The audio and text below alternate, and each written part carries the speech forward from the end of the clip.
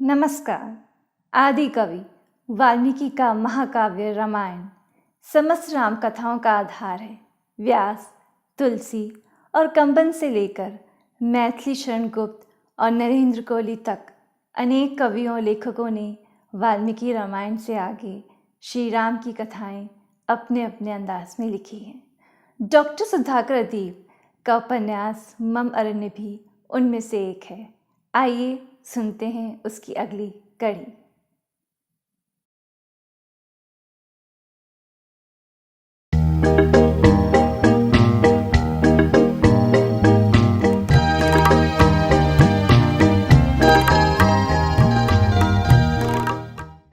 नमस्कार। अध्याय 6 हम वनचारी तापस प्रहरी। अगले दिन हमने घने दंडकारण्य में प्रवेश किया। हमारा वास्तविक अरण्य जीवन यहीं से प्रारंभ हुआ। वृक्ष, वनस्पति, झाड़ झंखाड़ों का एक ऐसा अंतहीन सिलसिला जहां दिन में भी भीतर भीतर अंधेरों की लोमहर्षित करने वाली छायाएं स्थान स्थान पर विद्यमान थी।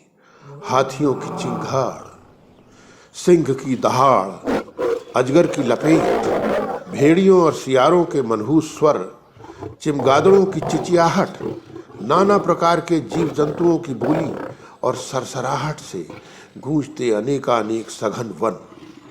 लक्ष्मण, आओ हम अपने अपने धनुष बाण अपने हाथों में संभाल लें। मैं आगे आगे और तुम पीछे पीछे। हमें हरदम सतर्क रहना होगा इन भयंकर जंगलों के मध्य से विचरते समय। और सीता, तुम हमेशा ध्यान रखना कि हम दोनों भाइयों के बीच में सावधानी से तुम भी चलोगी, ठीक वैसे ही जैसे ब्रह्म और जीव के मध्य माया की स्थिति होती है। राम भैया ने कहा। अच्छा स्वामी, मैं ऐसा ही करूंगी, परंतु कम से कम आप तो मुझे न डराइए वन मार्ग में। सीता भाभी बोली। भैया कुछ न बोले। इस पर मैंने भाभी की चिंताओं को यह कहकर कम करने का प्रयास किया कि अरे नहीं माते, आप किसी भवानी से कम थोड़े ही हैं। आप तो आर्य पुत्री हैं, भला आपको कैसा भय? फिर आपके साथ में आपका यह बालक लक्ष्मण भी तो है ना।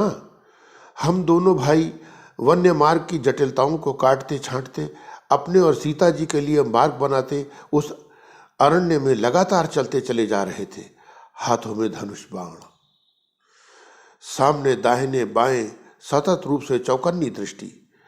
मैं तो कभी कभी मुड़कर पीछे भी देख लेता। झींगरों की झनकार से युक्त उस वन में कभी किसी भी पल दुष्ट राक्षसों से हमारा पाला पड़ सकता था, यह हम भली भांति जानते थे। वन्य पशु पक्षियों से हमें इतना डर नहीं था जितना कि नरभक्षी राक्षसों से। राक्षस अर्थात रावण की रक्ष संस्कृति के उपासक क्रूर एवं असभ्य मनुष्य, आर्यों और अनार्यों के समान रूप से आखेटक राक्षस, जिनका सिद्धांत था कि जो राक्षस नहीं वह आर्य अनार्य देव में से किसी भी श्रेणी का मनुष्य क्यों न हो, उनका शत्रु है, उनका शिकार अथवा भोज्य पदार्थ है। रक्ष संस्कृति का अर्थ था, यदि तुम हम में से होगे तभी हमारी रक्षा के पात्र होगे, किंतु यदि तुम राक्षस नहीं तो हमारे लिए कुछ भी नहीं। सीता जी बीच बीच में अपने मन के भय को कम करने के लिए राम जी से कुछ न कुछ वार्तालाप करती रहती। राम जी थोड़ी थोड़ी देर में उन्हें किसी संकट के संकेत पर उंगली के संकेत से टोकते। आशय यह कि शांत रहो जानकी, पहले हमें इस बीहड़ वन को पार कर लेने दो। एक बार तो हम एक विचित्र से घने वृक्ष के निकट से ज्यों ही गुजरने लगे, उस वृक्ष के तने पर लिपटी कुछ वानस्पतिक लताएं लहराकर हमारी ओर बढ़ती दिखी। उनमें से कुछ सीता जी की बाईं कलाई से लिपटकर कसने लगी। सीता जी आश्चर्य मिश्रित भय से चिल्लाई, हाय स्वामी, यह क्या? श्री राम विद्युत चपलता के साथ पलटे। कमर में बंधा कटार खींचकर उन्होंने कुंडली मारती हरी नीली उन लताओं को खच्च से बीच में ही काट दिया। सीता जी किसी तरह मुक्त हुई। ओह, नरभक्षी वृक्ष भी हैं यहाँ, भैया बोले और सीता जी कंपती हुई राम जी से लिपट गई। कोई बात नहीं सौमित्र, संभालना, मैं सीता को दूसरी ओर से ले जा रहा हूँ। कहकर वह उन्हें लगभग घसीट कर उस वृक्ष से दूर ले गए।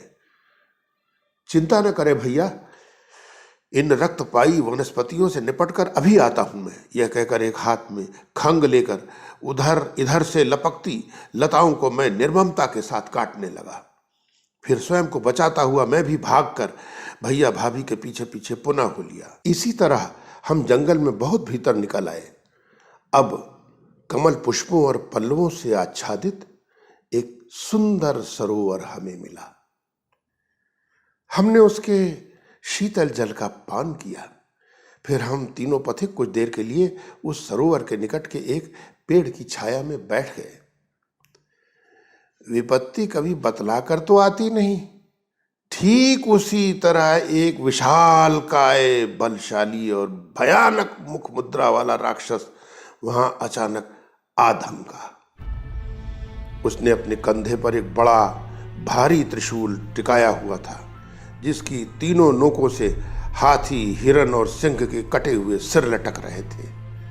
अपने शरीर पर टपकी हुई रक्त की बूंदों के कारण वह राक्षस और भी भयानक दिखाई देता था। श्री राम, जानकी जी और मुझ पर दृष्टि पड़ते ही राह चलता वह राक्षस ठिठक कर खड़ा हो गया। हम तीनों भी उठकर खड़े हो गए। उसे देखकर जानकी जी थर थर कांपने लगी और राम जी के पीछे छिपने लगी। इस पर वह राक्षस दहाड़ मारकर बोला, कौन हो तुम लोग? वेशभूषा से तो तपस्वी जैसे दिखते हो, फिर ये क्षत्रियों जैसे अस्त्र शस्त्र लिए यहाँ कैसे घूम रहे हो? और तुम्हारे साथ यह सुंदर सी स्त्री कौन है? इस जंगली जीवों से भरे जंगल में तुम लोग किस लिए आए हो?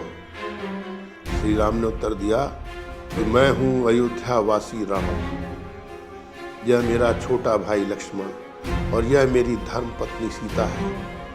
हम अपने माता पिता की आज्ञा से तुम जैसों को पाठ पढ़ाने इस दंडकारण्य में आए हैं। भैया की बात सुनकर उस राक्षस ने अट्टहास किया और गरज कर पुनः बोला, राम, तुम क्या मुझे नहीं जानते? मैं हूं इस दंडकारण्य का कुख्यात राक्षस विराध। मेरे भय से अनेक ऋषि मुनि यहाँ अपने अपने आश्रम छोड़कर विभिन्न दिशाओं में भाग गए हैं, फिर तुम यहाँ क्यों मरने को आ गए? अच्छा, ऐसा करो कि अपने साथ की इस रमणी को मुझे दे दो और तुम दोनों भी अपने प्राण बचाकर यहाँ से तुरंत भाग जाओ। और यदि हम नहीं गए तो? मैंने ललकार कर विराट राक्षस से कहा, तो तुम दोनों मेरे ग्रास बन जाओगे और यह सुंदरी मेरी भार्या। यह कहकर विराट ने सीता जी को झपटकर अपने एक हाथ से पकड़ लिया और उन्हें कांख में दबाकर वहां से जाने लगा। स्वामी, मुझे बचाइए, आर्य लक्ष्मण बचाइए। सीता जी निरीह और भयग्रस्त अवस्था में चिल्लाने लगी। मैंने भैया को किंचित विचलित होते हुए देखा तो ललकार कर बोला, उठाइए धनुष बाण भैया, देख क्या रहे हैं? हम दोनों इस घृणित जीव को अभी नष्ट किए देते हैं। उसके बाद भैया और मैंने कई तीर उस रक्तपाई राक्षस को तान तान कर मारे, उसके शरीर को बींध कर उसे जगह जगह पीड़ा पहुंचाई। इससे आहत होते हुए उसने सीता जी को धरती पर छोड़ दिया और अपना त्रिशूल फेंककर हम दोनों को मारना चाहा। हम दोनों चपलता से दो तरफ को झुक गए और स्वयं को बचा ले गए। तब उस राक्षस ने अपने शरीर की त्वचा को इस प्रकार झिटकारा कि उसमें गड़े हुए हमारे बाण यत्र तत्र झड़ गए। बोला, मैं वरदानी राक्षस हूं, नहीं जानते? तुम्हारे यह बौने तीर मेरा कुछ नहीं बिगाड़ सकते। लो, अब मैं तुम्हारा काम तमाम किए देता हूं। यह कहकर विराट राक्षस ने अपनी विशाल काय भुजाएं बढ़ाकर हम दोनों भाइयों को अपने एक एक हाथ में उठा लिया और अपने नेत्रों से विद्युत स्फुल्लिंग छोड़ता हुआ हमें खा जाने का उपक्रम करने लगा। उस अवस्था में हम दोनों को कुछ क्षण को विवश देखकर सीता जी और जोर से चीखी और उस राक्षस से कहने लगी, मेरे पति और देवर को छोड़ दीजिए राक्षस राज, और बदले में मुझे खा जाइए। इस पर विराट राक्षस का ध्यान कुछ बटा। तब हम दोनों भाइयों ने अपने अपने खंग से अनेक वार करके उसकी दाहिनी और बाईं दोनों भुजाएं काट डाली। पीड़ा से छटपटाता राक्षस इधर उधर डोलने लगा। राम भैया और मैं, जो अब तक धरती पर आ गिरे थे, उसकी टांगों पर अपने खंगों का प्रहार उसी प्रकार से करने लगे जैसे कोई लकड़हारा कुल्हाड़ी से पेड़ काटता है। विराट के हाथ पांव कट गए। हाथ पांव कटा विराट राक्षस तब देखते ही देखते गड्ढे में जा गिरा। भैया श्री राम उसकी गर्दन पर चढ़ गए और चिल्लाकर बोले, शीघ्रता करो सौमित्र, इसे इसी गड्ढे में हम मिट्टी से दबा देते हैं, तब तो ये दुष्ट मरेगा ही। हमने ऐसा ही किया। ऐसा करने में जो समय लगा, उस बीच भाभी माँ सीता भी काफी कुछ संभल गई। वह भी यथाशक्ति हमारी सहायता करने लगी। विराट को गाड़ने के पश्चात हम तीनों ने जाकर उस कमल सरोवर में स्नान किया और तब जाकर चैन की सांस ली। तभी कुछ वनवासी वहां आ गए। विराट वध का समाचार हमारे मुख से सुनकर वह सभी प्रसन्नता से नाच उठे। उन वनवासियों की सहायता से हम इस क्षेत्र में सुविख्यात वयोवृद्ध शरभंग मुनि के आश्रम में गए। यह तपोवन ऋषिवर की तपस्या से सर्वथा पावन एवं सुंदर स्वरूप को प्राप्त था। आम्रवन, जामुन, पीपल, बरगद और कदली फल आदि पर्णकुटियों को चारों ओर से घेरे आश्रम की शोभा बढ़ा रहे थे। आसपास का वन बहुत घना नहीं था, काफी खुला खुला सा था वह भूभाग। नाना प्रकार के पुष्प और पौधे कुटियों के आसपास सुसज्जित थे। एक दो सुंदर मोर इधर उधर उड़ते हुए हमें दिखाई दिए। उनमें से एक तो उड़कर एक कुटिया की छत पर जा बैठा। कहाँ है पूज्य ऋषिवर? एक आश्रमवासी से हमने पूछा, जो हमारी ओर ही द्रुत गति से चला आ रहा था। बोला, गुरुदेव आश्रम के पृष्ठभाग में आपकी ही प्रतीक्षा कर रहे हैं। अपनी योग शक्ति से आपका आश्रम में आगमन जानकर मुझे आपके स्वागत हेतु भेजा है। प्रणाम निवेदन करता हूं। इसके पश्चात हम उस आश्रमवासी के साथ साथ उस आश्रम में वहां गए जहां शरभंग मुनि हमारी प्रतीक्षा कर रहे थे। हम तीनों ने मुनिवर को प्रणाम किया तो उन्होंने सीता जी को हाथ उठाकर आशीर्वाद दिया और हम दोनों भ्राताओं को बारी बारी से गले लगा लिया। कहने लगे, बड़ी उत्तम वेला में आए हैं आप श्री राम। मैं इच्छा मृत्यु के लिए अपनी चिता सजाकर अभी अभी ब्रह्मलोक को जाने की तैयारी में था। मुझे आपके आने का समाचार प्राप्त हुआ तो एक दो घड़ी के लिए रुक गया हूँ। राम और लक्ष्मण, आप दोनों की कीर्ति विश्वामित्र जी के साथ आपके द्वारा शुभारंभ किए गए राक्षस दमन अभियान से इस दंडकारण्य के समस्त आश्रमों में फैल चुकी है। आपने ताड़का और सुबाहु जैसे महादैत्यों और अभी अभी विराध जैसे दुर्दम्य दैत्य का वध करके अपने अमित पौरुष, तेज एवं बल को प्रकट किया है। यह समूचा अरण्य आपके पधारने से धन्य हो गया है। दुष्ट राक्षसों से आक्रांत ऋषि मुनियों को आपके आने से अब बड़ा सहारा मिलेगा। आपकी जय हो कौशल्यानंदन राम, और आपकी भी सदा ही जय हो सुमित्रानंदन लक्ष्मण। इसके बाद उस आश्रम में आगे जो घटित होने जा रहा था वह सोचकर मुझे और भाभी माँ को चिंता हुई। मैंने देखा कि कुछ आश्रमवासी माताएं एक और कुछ दूर पर संकोच में खड़ी थीं। आइए आर्य कहकर मैं सीता जी को उनके समीप ले गया। आप कुछ देर इन माताओं के साथ रहें। भैया और मैं मुनिवर से आज्ञा लेकर अभी शीघ्र आते हैं। सीता जी उन आश्रमवासी स्त्रियों का कुशल क्षेम पूछने उनके साथ चली गईं। इधर शरभंग ऋषि भैया से बोले, अब मुझे आज्ञा दो राम। मेरा मनोरथ तुम जैसे महापुरुषों के दर्शन के साथ ही पूर्ण हुआ। अब मैं सुखपूर्वक ब्रह्मलोक को जाता हूं। चिता तैयार ही थी। हमारे देखते ही देखते शरभंग मुनि उस पर जा बैठे। फिर अपनी योगाग्नि से उन्होंने वह चिता प्रज्वलित की और समस्त एकत्र आश्रम वासियों और हमारे समक्ष ओम नमो भगवते वासुदेवाय नमः का जाप करते हुए अनंत में विलीन हो गए। मेरे लिए यह इस प्रकार का प्रथम और नितांत अप्रत्याशित अनुभव था। मैंने देखा भैया के मुखारविंद पर अवसाद की एक क्षीण सी रेखा कौंधी, जिसे उन्होंने तत्परता से जाने कैसे नियंत्रित कर लिया। मैंने सोचा कि महातपस्वी शरभंग का यह कैसा अविश्वसनीय और रोमांचकारी महाप्रयाण था। शरभंग ऋषि के ब्रह्मलोक गमन और हमारे आगमन की सूचना अब तक आसपास के ऋषि मुनियों तक पहुंच चुकी थी। इससे पहले कि हम लोग वहां से प्रस्थान करते, अनेक तपस्वी गण आकर वहां हमसे मिले और कहने लगे कि आपको हम अपने अपने आश्रम और कुछ ऐसे स्थान दिखाना चाहते हैं जिन्हें देखकर आपको हमारी दयनीय दशा का अनुमान स्वयं लग जाएगा। भैया ने तब भाभी को शरभंग ऋषि के आश्रम से साथ में लिया और उनके पीछे पीछे चल दिए। अब हमारे आगे आगे दंडक वन के तपस्वी साधुओं का एक प्रतिनिधि मंडल चला जा रहा था, जो हमें विभिन्न ऋषि मुनियों के छोटे छोटे आश्रम और उनके आवास दिखा रहा था। एक स्थान पर खुले में हमने मानव अस्थियों, खोपड़ियों और नरकंकालों का एक महाविशाल ढेर लगा देखा। उसे देखकर सीता जी के कंठ से एक भीची भीची चीख निकल गई। मेरा हृदय वेदना और उत्तेजना से धड़कने लगा और श्री राम द्रवीभूत हो गए। उन्होंने उन मार्गदर्शक साधुओं से पूछा कि यह सब क्या है। इस पर हमें बताया गया कि यह सब उन अभागे ऋषि मुनियों के अवशेष हैं जिन्हें यहाँ दंडकारण्य में उत्पात मचाने वाले नरभक्षी राक्षसों ने समय समय पर मारकर खा लिया है। मानव अस्थि पंजरों के उस विशाल टीले के सन्मुख कुछ तपस्वी गण अपने नेत्रों से आंसू बहाते हुए कातर भाव से कहने लगे, हे अयोध्या के वीर कुमारों श्री राम और श्री लक्ष्मण, हम सब आपकी शरण में हैं। कृपया हमें इन आतताई राक्षसों के प्रकोप से बचाइए। आपने जैसे ऋषि विश्वामित्र के यज्ञ की रक्षा की थी, उसी तरह कृपया हमारे यज्ञों की और हमारे कुटुंबी जन्मों की भी रक्षा करें।